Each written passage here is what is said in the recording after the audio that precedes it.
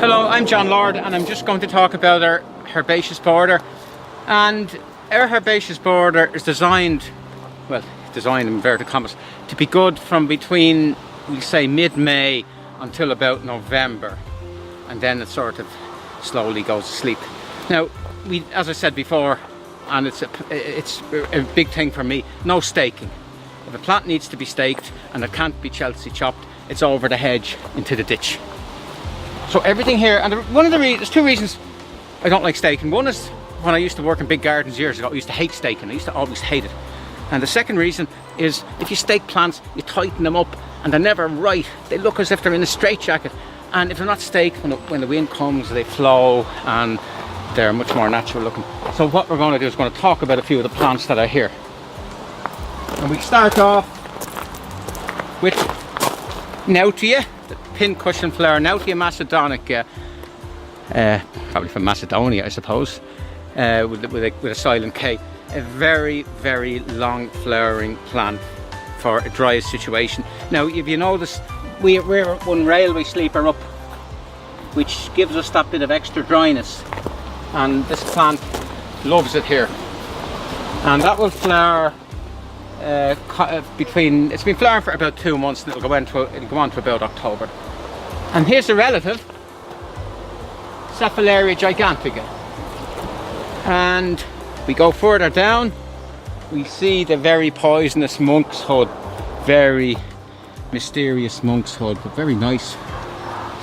And a plant I particularly like, now it's starting to go over a bit, it's Verbascum chaxii. Now, if I didn't plant these here, these seeded in.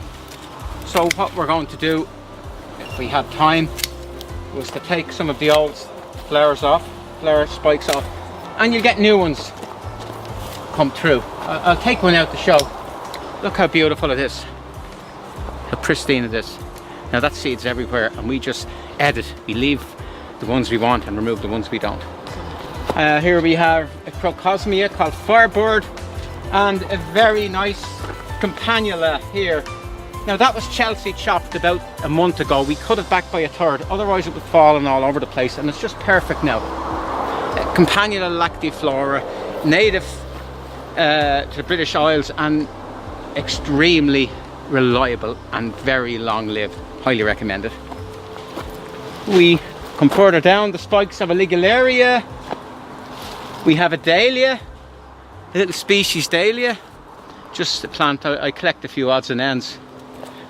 And we have a phlox here. We have lots of phloxes. They're at the moment, the phloxes are the mainstay of the border. And we've about 10 different phloxes. I don't know the name of a single one of them because they tended to be ones that didn't sell in the garden centre, and we just, rather than throw them out, we banged them into the border, and they turned out to be great. We have the very large Thalictrum Ellen. Doesn't fall over. It's starting to go over though, but it's still quite nice even though it's going over. And beside it we have Joe Pyeweed. It's not in flower yet. Has a flat purple flower, very attractive to butterflies, very easy. And we have the star of the show at the moment is this. It's a potentilla, herbaceous potentilla called Arc-and-Seal. It's sort of multicoloured. Now that's as tough as all boots. Really nice. We have another campanula.